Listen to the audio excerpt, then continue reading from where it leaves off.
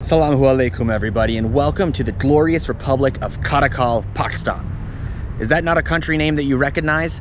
Well, you wouldn't be alone. I didn't know this place existed until about a few weeks ago. Karakalpakstan is an autonomous republic here in the northwestern part of Uzbekistan, bordering the Caspian Sea, Turkmenistan, and the Aral Sea to the north. They have their own president, they have their own language, they have their own culture, their own history, but for whatever reason, they never got their own country. So over the next few days, I'm gonna take you through Karakalpakstan. We're gonna see its ancient history, we're gonna see its modern history, we're gonna understand why this is the poorest region of Uzbekistan, and hopefully you're gonna learn something new from a place you've never heard of.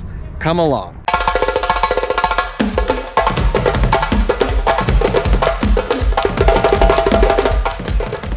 Before we discover Karakalpakstan, don't forget to like and subscribe for more content like this, and you can support me on Patreon here if you want to. Let's do it. Давайте. We're starting our journey in Karakalpakstan, in the city of Nukus. Nukus is the capital. There's about 160,000 people living here. We're about, I don't know, 20 kilometers from the Turkmenistan border. It's flat, it's dry, it is hot as hell. Today was 39 degrees Celsius, or just about 102 degrees Fahrenheit. And it's one of the most unique places I've been. It kind of looks like a miniature of what I thought Ashgabat, Turkmenistan looks like. But really, this place is its own republic. So here in the main square, you can see two flags. To the right, you have Uzbekistan flying proudly, and right here you have the Karakalpakstan flag. This place has always been a somewhat autonomous republic. For whatever reason, during the Soviet Union, they never really got their status as a republic, like a union country, but they always were under the umbrella of the Uzbeks. It seemed like that never was an issue, and it seems like the Uzbeks really let them do what they need to do and what they want to do. The Karakalpakstan Republic even has veto power over their constitution, so if Uzbekistan does something that the people here do not particularly want, they can say, no, no, no, Uzbekistan, we are an autonomous republic, and we will do what we like. So we are headed right now to meet up with Isabek. He's a homie I met through my guest house, and he's gonna take me to this massive necropolis, an ancient cemetery complex near the border of Turkmenistan. Let's go meet this guy.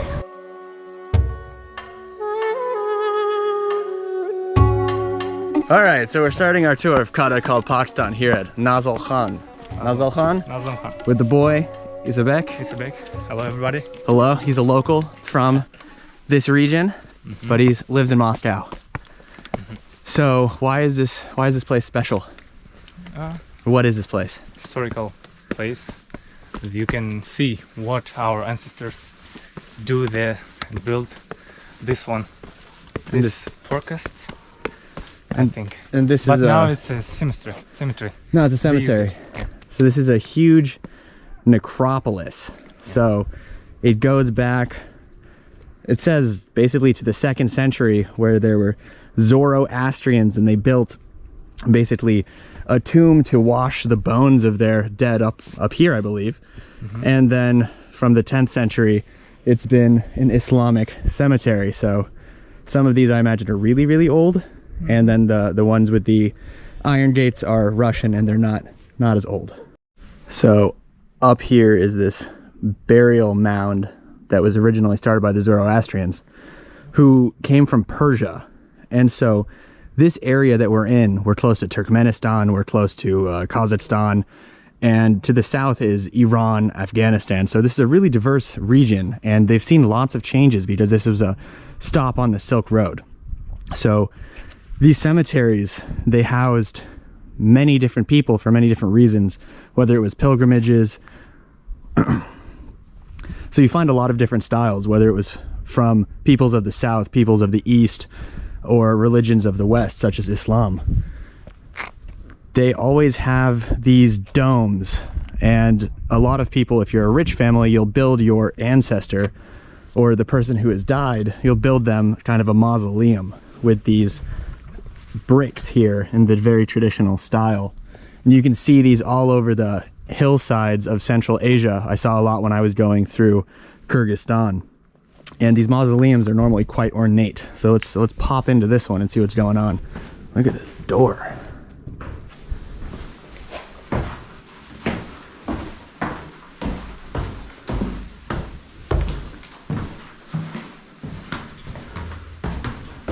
there's a tomb down here. Oh yes, wow. So what's the story?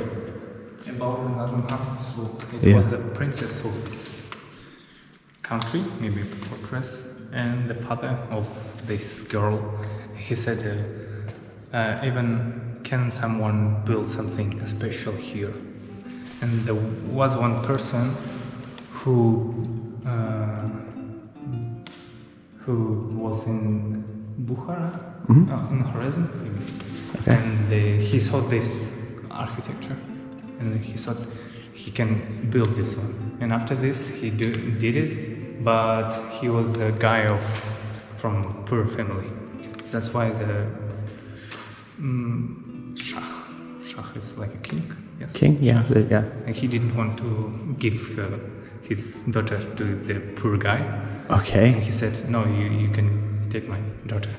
After this, but the girl was in love to this person.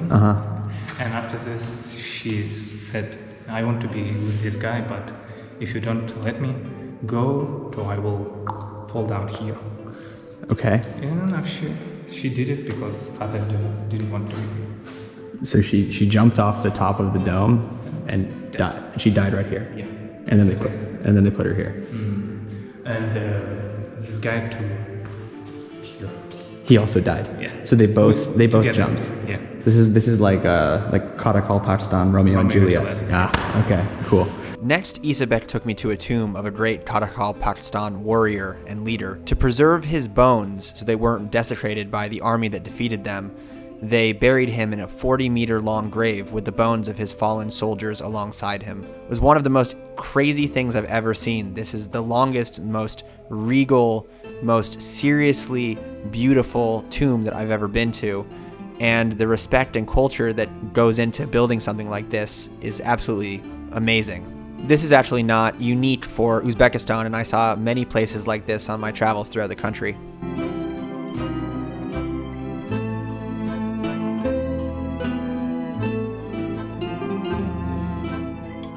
So here we are at the top of this mount, and this is a butcher's grave because he was very willing to give to charity and to the needy, and so they built him a little nice grave overlooking this necropolis, and it's actually massive. I mean, the amount of people that are buried here is really astounding. You've got lots of different styles, and then the cool part is that if you're from a rich family, you can build a very nice mausoleum for yourself amongst the other people who are just the normal guys.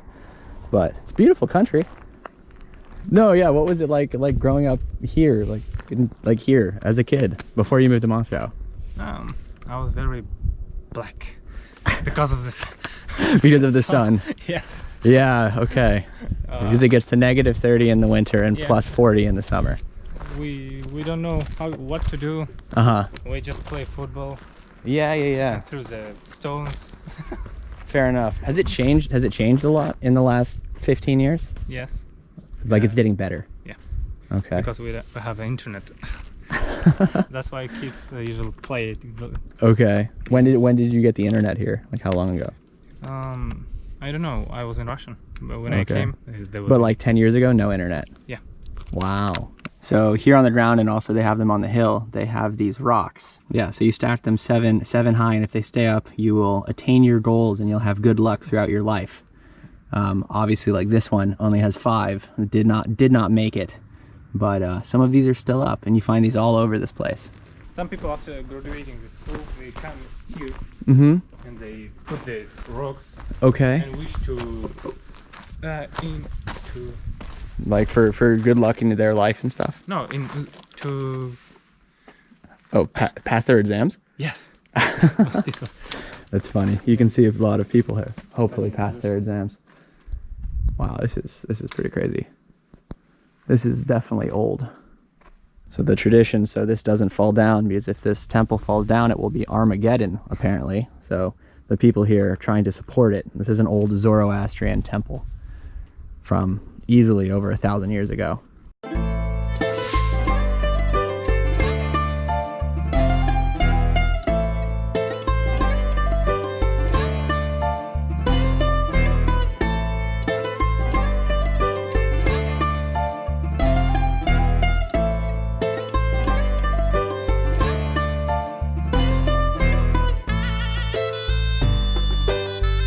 Now it's good. All right. All right. Your name, what is your name? My name's Pierce. Pierce? Pierce. Yes, yes. Меня зовут Pierce. Thank you. Thank you, man. All right. Goodbye, Karakalpak people. Goodbye. Goodbye. Goodbye. Bye-bye. See you later, buddy. Found it in there. Boom. So Karakalpakstan is located in a vast desert. There is, however, a few oases that is fed through the Amu Darya River. You can see it gets greener there. But in general, it's pretty desolate, pretty dusty. But where I am now is an basically 1,500-year-old fort on the top of a hill. I just bumped into a tour group of students. Very cute. The people of this region, whether they were Persian, Turkic, or any other people, lived in basically desert isolation. A lot of these people were nomadic, but the few that decided to set up and use the irrigation systems of the Amu Darya had some agricultural success and could actually build long-standing fortresses. So the people back in these days, essentially, practiced Zoroastrianism, which is a religion that comes from Persia. These believers set up things called fire temples and set up amazing funeral systems. And the Zoroastrians believed very much in the 4 elements. So it's really unique that all of this is still here, remnants of a lost time. Even here, we have some sort of an arch that is still standing almost 2,000 years after it was built. Absolutely incredible. Apparently, when Alexander the Great was conquesting across Central Asia all those years ago, for whatever reason, he passed through this Khanate of Khuzram. And for whatever reason, he did nothing to take over these people, but merely walked through. Maybe it was so inconsequential, there wasn't that many of them and they all lived in the desert. He didn't see them as a threat. Maybe he was intrigued by their culture and wanted to leave it sustained as opposed to changing it to Hellenistic culture. We don't know. What we do know is that these people built these huge mud fortresses. You can see down here as well, there's another fortress overlooking as a defensive kind of mechanism for people crossing through this desert. There were no defenses against the people in these fortresses. As obviously you can see, it's pretty flat, except for some mountains in the distance over here. And this fortress is actually quite large. They were able to build this here as they got water from the river just down there, and they traded for goods along the Silk Road, which Khiva, the city we were just in, is just about, let's say, 80 kilometers this way.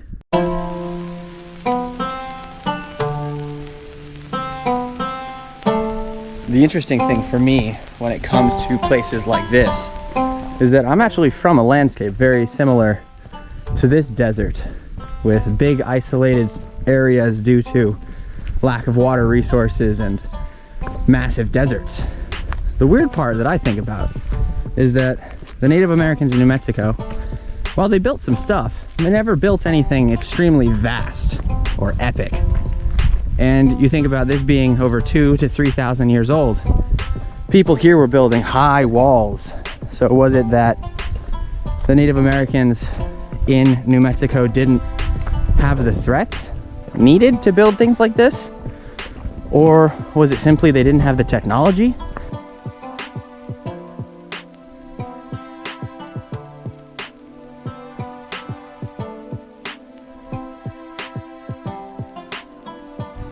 I mean, this is really out here. Like, I can't imagine people that cross this land on foot and horseback and camelback were able to build this in a place where the temperature is just brutal, getting up to over 100 during the day in the summer and getting negative 20 degrees in the winter, just for defense and access to the Amu Darya River. It's really astounding. And the scale of it, I mean, it's like, come on. Ancient people were crazy. Could you imagine getting a group of 25-year-old Americans to come out in the middle of the desert and build a fortress in the sun? I don't think so. I don't even think there's a figure in the world that you could pay people to do that. Goodbye!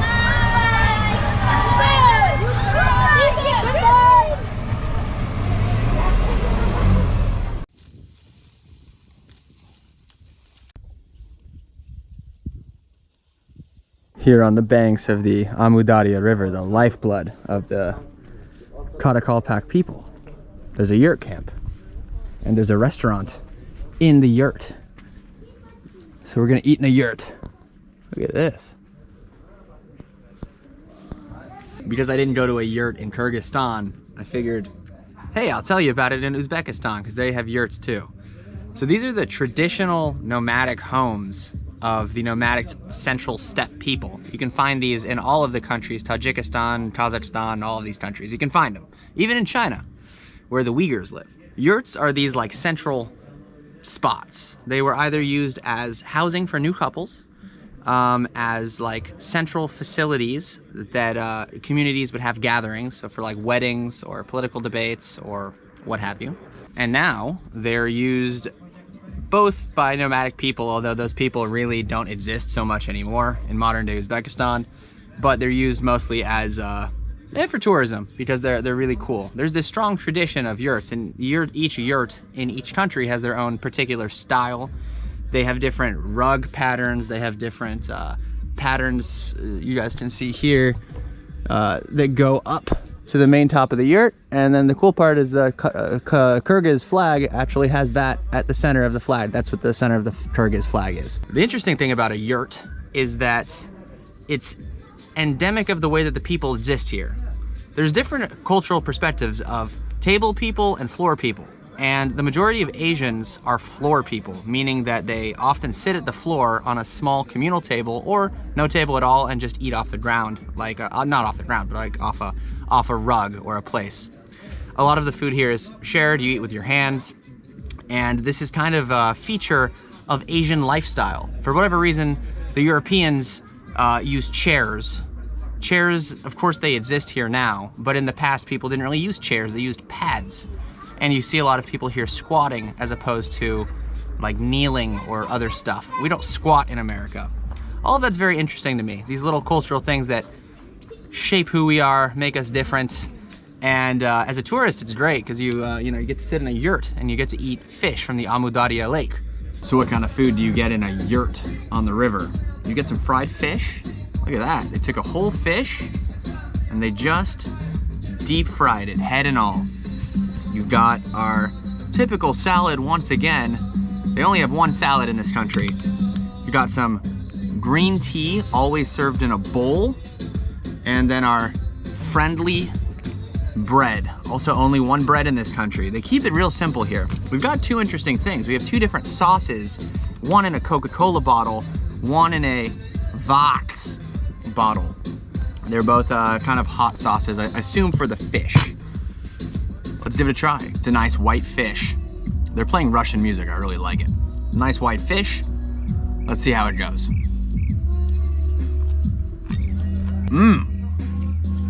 Delicious. Crispy white fish, very neutral flavored, kind of similar to like probably catfish. Delicious salad, crusty bread, different sauces. Eating in a yurt is an experience you have to have in your life at least once. Now let's go to the Aral Sea.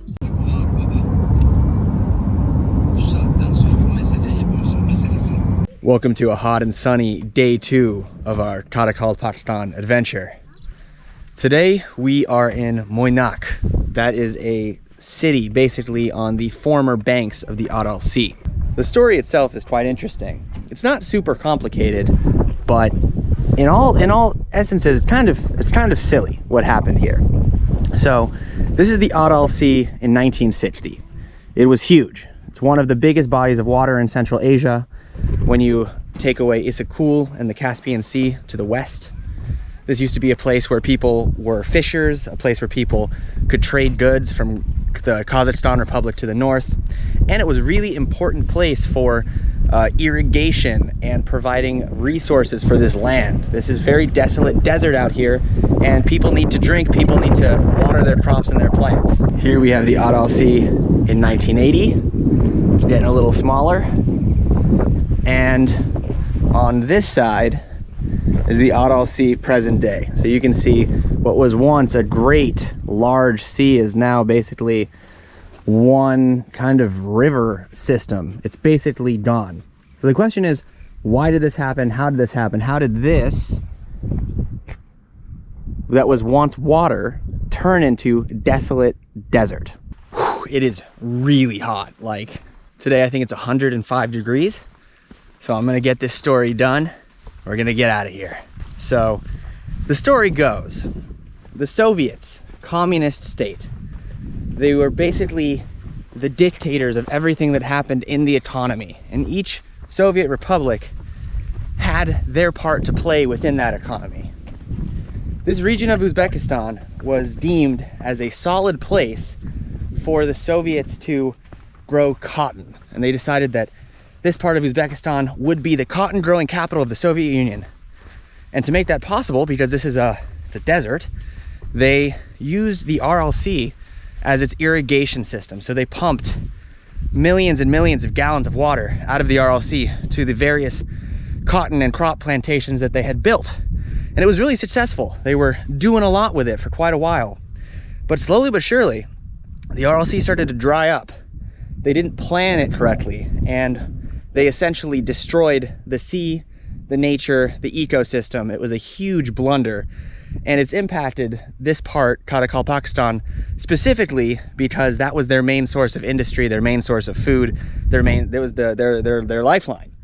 And so now that remains, you can see here, this is actually, it's sand. It's like beach sand, which is very interesting. You see seashells and different things. But the cool part of the remnants of this is the boat graveyard. And basically, since this was a shoreline not that long ago, we have these huge boats that have basically been left to rot in the desert. It's pretty strange to see a boat in the desert. I don't think I've ever seen one before. And these were the original Soviet ships that were fishing vessels. People made their livelihoods on here. They carried goods from south to north, north to south. And there was a shipping industry here in Karakalpakstan up until the year 1979, where they depleted the Aral Sea so much that they had to basically cancel the entire shipping industry. So since then, there was just fisheries, and even those have dried up along with the Aral Sea. Let's take a look in here. Oh. What's been left after this environmental catastrophe is a very perplexing ecosystem that both the local Karakalpak and Uzbek people have had to navigate, and of course the natural environment. A lot of these plants never grew here. A lot of the animals that lived and benefited off the Aral Sea have long gone left or moved north. To get to the Aral Sea today, you need to drive 100 kilometers through basically roads like this. So even the local people can't get there unless they have a 4x4 Jeep. And most people can't pay for the trip. So most people in this region, even though it was one of the most historically significant parts of the Karakalpakstan kind of area, will never actually visit the Aral Sea today, which is kind of strange and also kind of sad. On the desert floor here, you can still find remnants of seashells because this was once a beach. Not anymore.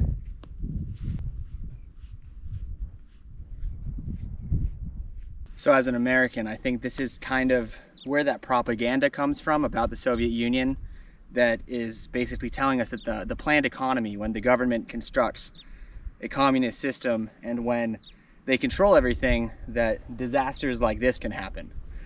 I think that's a really, an overstatement, and I think the Soviet Union had lots of positives for the people, positives for science and research, and a lot of people in the Soviet Union lived well, but there were also big negatives to what was happening in the Soviet Union. And I think this is a prime example, especially for the people of this region, which are now the poorest republic of Uzbekistan, which is one of the poorest countries in this Asian region.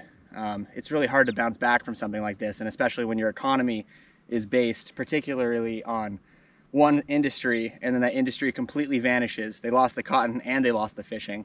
The people then have to rebound in a different way, and in an already resource depleted or resource scarce area, it's really hard to see what the people here are going to do. So now what they've done is turn this into a tourist attraction. They're trying to get people to come here. They actually hosted a music festival here 2 weeks ago with Liz Kravitz. Apparently it was really nice. And they're trying to take this disaster and turn it into something positive, which, you know, I gotta respect them for.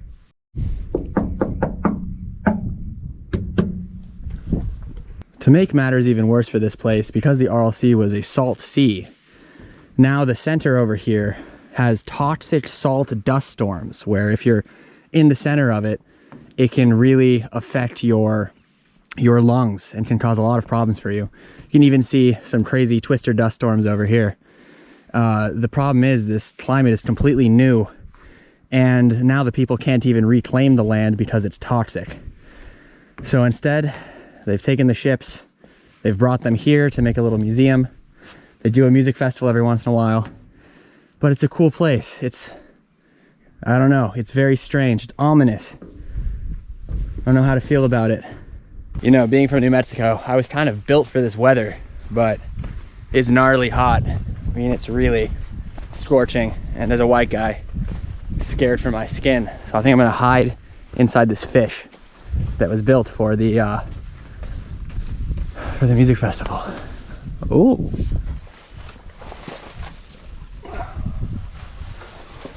Oh. Wow. All right, let's go check out the city of Moynak, see what they got. Maybe we'll get some Karakalpak food on the way.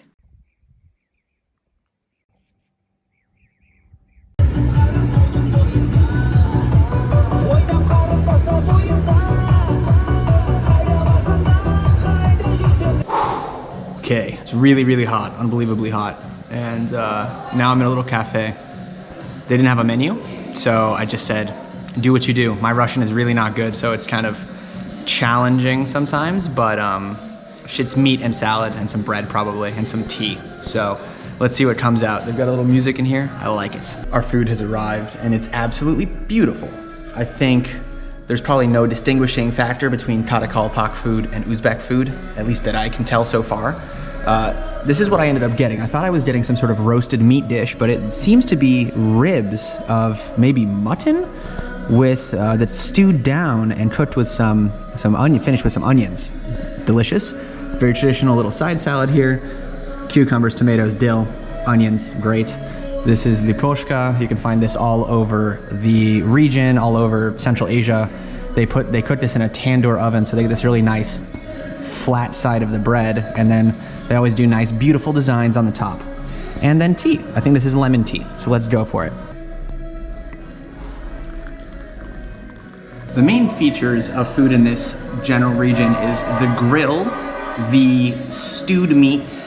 It's really meat heavy, but I assume what they used to do in the past was eat a lot of fish, but because the Aral Sea is no longer here, no more fish. So let's start with this little salad, and I get just a nice little bit of the greens. The dill really brings everything together. This is delicious.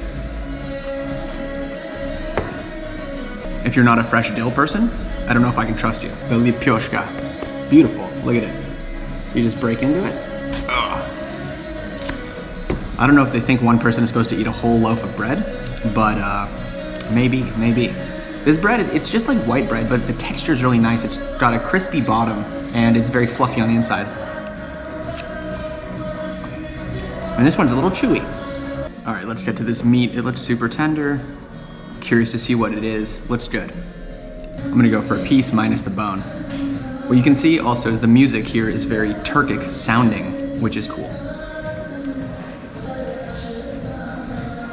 If I had to make an educated guess, I would say that it's mutton. Mutton is basically sheep meat. Typically in the United States, we only eat lamb because it's more tender and it's less strong. But mutton's a really good meat. I really like it. If you stew it over a long time, it gets really nice and tender. There's a lot of fat, but the fat is actually quite tasty. Sometimes people can describe it as gamey.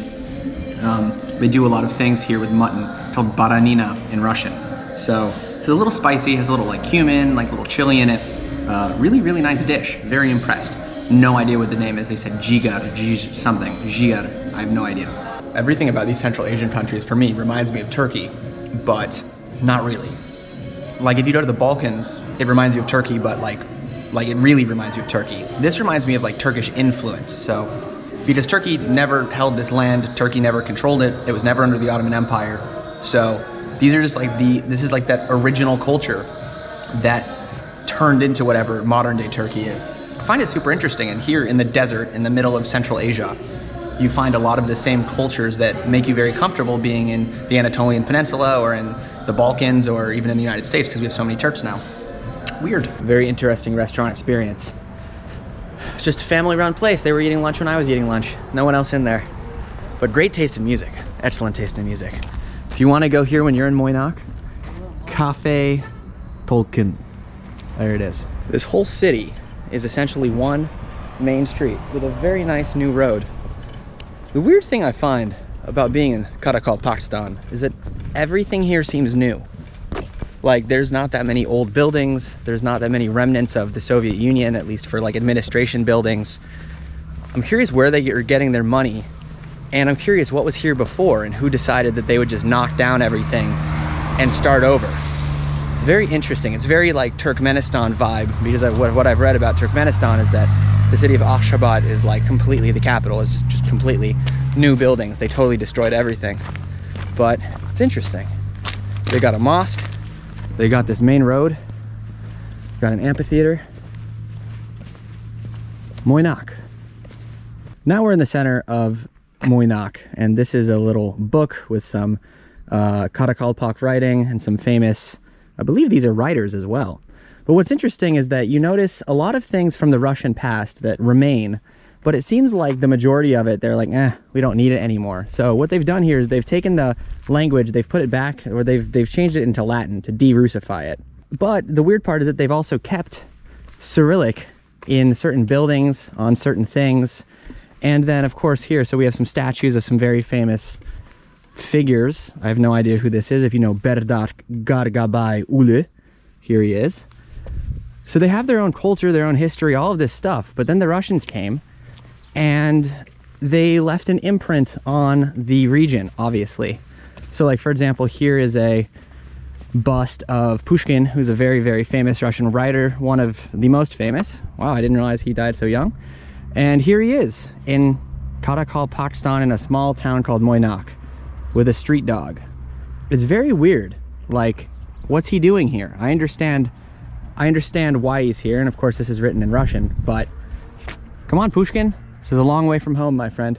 Long way from home. And I guess the secondary weird thing I find about this place is that they have Cyrillic everywhere, but they don't use it officially anymore in any language that's spoken here, except Russian, obviously. But Russian is now like the third, like in this region, it would be the third language. It's not even the main language. Ooh, street dog's trying to eat me. It's a very strange place. There's no one out. Obviously it's too hot for anybody to be out right now. No one's a crazy tourist like me.